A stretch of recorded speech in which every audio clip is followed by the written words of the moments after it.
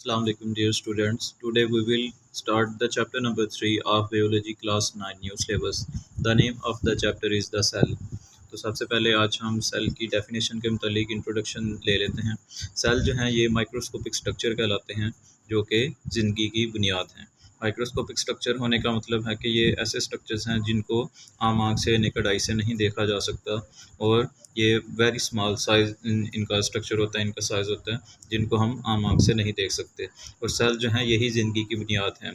किसी भी living organism के अगर स्ट्रक्चर की बात करें तो उसमें जो सबसे बुनियादी जो कंपोनेंट है, जो फैक्टर है, जो ज़िंदगी की शुरुआत की वजह बनता है तो वो सेल कहलाता है। तो सेल जो है वो सबसे एक सिंपलेस्ट और बेसिक फॉर्मेशन स्टेप है किसी भी लिविंग ऑर्गेनिज्म की फॉर्मेशन के लिए। उसके बाद हम मज़ीद कम्प्लेक्स स्ट्रक्चर्स की तरफ जाते हैं जिनमें सेल्स मिलते हैं तो टिश्यूज़ की फॉर्मेशन होती है और टिश्यूज़ के बाद ऑर्गन सिस्टम्स और एक इंडिविजुअल की फॉर्मेशन होती है।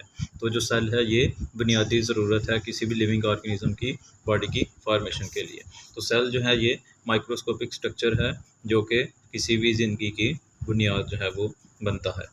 और सेल जो है ये तमाम जो नेसेसरी एक्टिविटीज़ हैं, जितनी भी किसी भी लिविंग ऑर्गेनिज्म को ज़िंदा रखने के लिए उसको जितनी भी एक्टिविटीज़ चाहिए, जितनी भी प्रोसेसेस जो हैं वो होने के लिए वो सारे सेल के अंदर ही जो है वो पाए जाते हैं। सेल की अगर हम बात करें तो सेल को एक जो है वो शहर से एक मसरूफ़ शहर से जो है वो तशबीह दी गई है। मिसाल के तौर पर इस सेल के अंदर जो है कुछ ऐसे स्ट्रक्चर्स पाए जाते हैं जो एनर्जी प्रोड्यूस करते हैं, जैसे कि किसी भी पावर प्लांट जो किसी भी शहर का जो एक पावर प्लांट होता है वहाँ से उस शहर को जो है इलेक्ट्रिसिटी एनर्जी प्रोवाइड की जाती है। इसी तरह सेल के अंदर भी माइटोकॉन्ड्रिया पाए जाते हैं जो कि उस सेल को एटीपी की सूरत में एनर्जी प्रोवाइड करते हैं। कुछ ऐसे स्ट्रक्चर्स हैं जो ट्रांसपोर्टेशन कर रहे होते हैं मटेरियल्स की, जिस तरह शहर में जो है वो रोड्स हैं और डिलीवरी सर्विसेज हैं जो कि मटेरियल्स को एक जगह से दूसरी जगह पहुंचा रहे होते हैं। तो इसी तरह सेल के अंदर भी कुछ ऐसे स्ट्रक्चर्स हैं जो मटेरियल्स की ट्रांसपोर्टेशन कर रहे होते हैं। मिसाल के तौर पे गोल्जी ऑपरेटर्स है जो पैकेजिंग कर रहा होता है और जो ट्रांसफ़र कर रहा होता है मटेरियल्स को एक स्ट्रक्चर से एक ऑर्गेनली से दूसरी ऑर्गेनली में। और इसके अलावा कुछ ऐसे अदर स्ट्रक्चर्स भी मौजूद हैं जो कि वेस्ट की ब्रेक डाउन कर रहे होते हैं। मिसाल के तौर पे लाइसोसोम्स हैं सेल के अंदर जो कि मेटाबॉलिक वेस्ट की जो है वो रिमूवल या टॉक्सिक जो मटेरियल्स हैं उनकी रिमूवल कर रहे होते हैं। लास्ट पे अगर हम देखें फाइनली अगर हम देखें तो जो सेल जिस तरह गवर्नमेंट एक शहर है तो उसके अंदर उसकी अपनी गवर्नमेंट होती है, इसी तरह सेल के अंदर भी एक न्यूक्लियस है जिसके अंदर, और यही न्यूक्लियस जो है वो सेल की तमाम एक्टिविटीज़ को कंट्रोल कर रहा होता है, जिससे मिलके जितनी भी जो सेल की एक्टिविटीज़ हैं वो कोऑर्डिनेटेड होती हैं और वो कंट्रोल होती हैं एक सेंट्रल स्ट्रक्चर से जिसको हम न्यूक्लियस का नाम देते हैं। सेल की एक्सप्लेनेशन की तरफ आएँ तो हमें पता चलता है कि जो सेल जो है वो बेसिक यूनिट ऑफ लाइफ जो है वो कहलाता है। सेल जो है वो बेसिक यूनिट ऑफ लाइफ है और ये एज ए एमसीक्यूज़ के तौर पर भी इम्पोर्टेंट है। जिस तरह यहाँ पे एक मिसाल दी गई है कि जिस तरह किसी भी बिल्डिंग को बनाने के लिए जो है वो ब्रिक्स की ज़रूरत होती है, इसी तरह जो सेल्स हैं वो भी बिल्डिंग ब्लॉक्स हैं किसी भी लिविंग ऑर्गेनिज्म का। और वो ऑर्गेनिज्म जो है वो कोई भी हो सकता है, वो प्लांट हो सकता है, वो एनिमल हो सकता है, वो ह्यूमन हो सकता है। तो ऑल टाइप ऑफ जो ऑर्गेनिजम्स हैं, ऑल टाइप ऑफ लाइफ है, उसकी जो फॉर्मेशन है वो सेल पर ही डिपेंड कर रही होती है। तो हर एक जो लिविंग ऑर्गेनिज्म है, हर एक लिविंग थिंग जो है वो, चाहे वो एक स्मॉलेस्ट बैक्टीरियम उस उधर से लेकर चाहे एक कम्प्लेक्स ऑर्गेनिज्म या लार्जेस्ट एनिमल जिसको वेल का नाम दिया गया है, वो तमाम ऑर्गेनिज्म जो हैं वो सेल से बने होते हैं। सेल जो स्मॉलेस्ट साइज़ की जो लाइफ है या ऑर्गेनिज्म है वो भी सेल से बना होता है, और जो सबसे लार्जेस्ट टाइप ऑफ ऑर्गेनिज्म है जैसा कि यहाँ पे वेल की मिसाल दी गई है तो वो भी सेल से ही मिलके बने होते हैं, उनकी बॉडी भी सेल से ही मिलके बनी होती है। ज़्यादातर जो सेल हैं वो बहुत स्मॉल होते हैं और वो बहुत छोटे होते हैं और उन्हें हम आम आँख से नेकेड आई से नहीं देख सकते।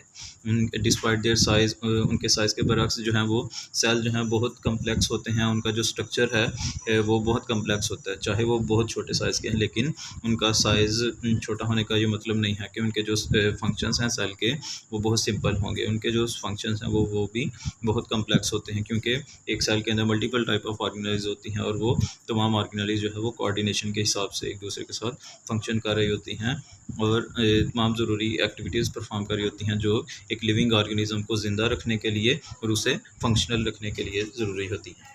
यहाँ पर ब्लू बॉक्स में अगर हम देखें तो कुछ सेल्स हैं जो इतने, इनका साइज़ इतना काफ़ी बड़ा होता है कि जिनको हम आम आँख से, नेकेड आई से देख सकते हैं। मिसाल के तौर पर यहाँ पर एग्जांपल दी गई है एग सेल ऑफ ऑस्ट्रिच की। जो ऑस्ट्रिच का अंडा है, जो शुतुरमुर्ग जिसे हम बोलते हैं उर्दू में, तो उसका अंडा जो है वो भी एक सेल है, और ये सेल का साइज़ इतना बड़ा है कि जिसको हम ईज़िली जो है उसे देख सकते हैं। इसके अलावा एक यूनिसेलुलर एल्गी है, सिंगल सेल ग्रीन एल्गी है, जिसे एसिटाब्यूलेरिया बोला जाता है। इन इन इन ऑर्गेनिजम्स को भी, इन एल्गी को भी हम जो है वो नेकेड आई से देख सकते हैं। इसी तरह यूनिसेलुलर जॉइंट अम्यूबा भी है। तो ये अम्यूबा भी एक यूनिसेलुलर ऑर्गेनिज्म है, और ये अमीबा जो है ये यूनिसेलुलर है, सिंगल सेल पर मुश्तमिल है। लेकिन ये बहुत से अमीबा जो सिंगल सेल पर मुश्तमिल हैं, तो वो कॉलोनीज़ की फॉर्म में जो है वो क्लस्टर्स की फॉर्म में इकट्ठे रह रहे होते हैं, इसलिए इनको हम जॉइंट अमीबा का नाम देते हैं, और इनको भी हम अपनी नेकेड आई से देख सकते हैं। उसके बाद दूसरा टॉपिक है 3.2, जिसमें स्ट्रक्चर ऑफ सेल के मतलब बताया गया है कि जो सेल का बेसिक स्ट्रक्चर था वो सबसे पहले एक इंग्लिश साइंटिस्ट थे, रॉबर्ट हुक। उन्होंने 1665 में एक सिंपल माइक्रोस्कोप इसको इस्तेमाल करते हुए सिंपल माइक्रोस्कोप का इस्तेमाल करते हुए उन्होंने सेल को डिस्कवर किया था। और बेसिकली उन्होंने देखा था कि बहुत से जो सेल का स्ट्रक्चर था उसको उन्होंने इस तरह देखा कि टाइनी बॉक्स लाइक स्ट्रक्चर्स थे, जिनको उन्होंने सेल्स का नाम दिया। और ये जो सेल्स थे, ये जो टाइनी बॉक्स लाइक स्ट्रक्चर्स थे, ये उन्होंने एक स्लाइस ऑफ कॉर्क में जो है वो उनको आइडेंटिफाई किया था। वो इसके मतलब मज़ीद जो है वो डिटेल जो उसका सेल का इंटरनल स्ट्रक्चर था, जो वो टाइनी बॉक्स लाइक स्ट्रक्चर थे, उनके मतलब वो डिटेल्स नहीं दे सके, क्योंकि जो उन्होंने माइक्रोस्कोप इस्तेमाल किया था, तो वो बिल्कुल अभी इनिशिएंट, यहाँ कह लें ओल्डेस्ट टाइप ऑफ जो है वो माइक्रोस्कोप था, जिसमें इतनी कैपेसिटी नहीं थी कि वो सेल के इंटरनल स्ट्रक्चर्स को जो है वो एक्सप्लेन कर सके। उसके बाद फिर 19वीं सदी में जो है वो जब साइंस ने थोड़ी सी इम्प्रूवमेंट की, तो साइंस की फील्ड में तरक्की हुई, तो माइक्रोस्कोप में भी काफ़ी ज़्यादा इम्प्रूवमेंट आई, और उसमें बेहतर किस्म के जो लेंसेज वगैरह उनको इस्तेमाल करके तो फिर सेल की जो डीप स्टडी है उसको पॉसिबल किया गया। और 1831 में एक साइंटिस्ट हैं जिन्होंने स्कॉटलैंड के रहने वाले एक साइंटिस्ट हैं जिनका नाम रॉबर्ट ब्राउन है, उन्होंने प्लांट सेल की स्टडी के दौरान जो है वो न्यूक्लियस की डिस्कवरी की थी। न्यूक्लियस की जो है वो डिस्कवरी की थी, एक साइंटिस्ट हैं रॉबर्ट ब्राउन, उन्होंने प्लांट सेल की स्टडी करते हुए न्यूक्लियस की डिस्कवरी की। इसके बाद बहुत सी ऑर्गेनाइज जो हैं वो आने वाले सालों में उनकी जो है वो डिस्कवरी हुई, क्योंकि जब न्यूक्लियस जो है वो भी सेल के अंदर का ही पार्ट है, तो इसलिए अगर न्यूक्लियस की जब डिस्कवरी की गई तो उसके अलावा फिर पॉसिबल हो गया कि आने वाले सालों में मज़ीद जो है वो अदर टाइप ऑफ ऑर्गेनाइज्म उनको भी सेल में 1 बाय 1 डिस्कवर किया गया। उसके बाद हम देखें तो सेल की जो है वो 2 बेसिक टाइप्स हैं, एक जो है वो प्रोकैरियोटिक टाइप है और दूसरी है यूकैरियोटिक टाइप। प्रोकैरियोटिक सेल जो हैं वो इस तरह के ऐसे टाइप ऑफ सेल्स हैं कि जिनके अंदर जितनी भी ऑर्गेनेलिज हों तो वो उनकी मेम्ब्रेन नहीं होती, मतलब कि वो मेम्ब्रेन बाउंडेड नहीं होती। और दूसरा इसका पॉइंट यह है कि जो प्रोकैरियोट्स होते हैं उनका न्यूक्लियस प्रोमिनेंट नहीं होता। न्यूक्लियस प्रोमिनेंट ना होने का मतलब यह है कि उनके न्यूक्लियस के जो है वो न्यूक्लियर इन्वलप या न्यूक्लियर मेम्ब्रेन नहीं होती।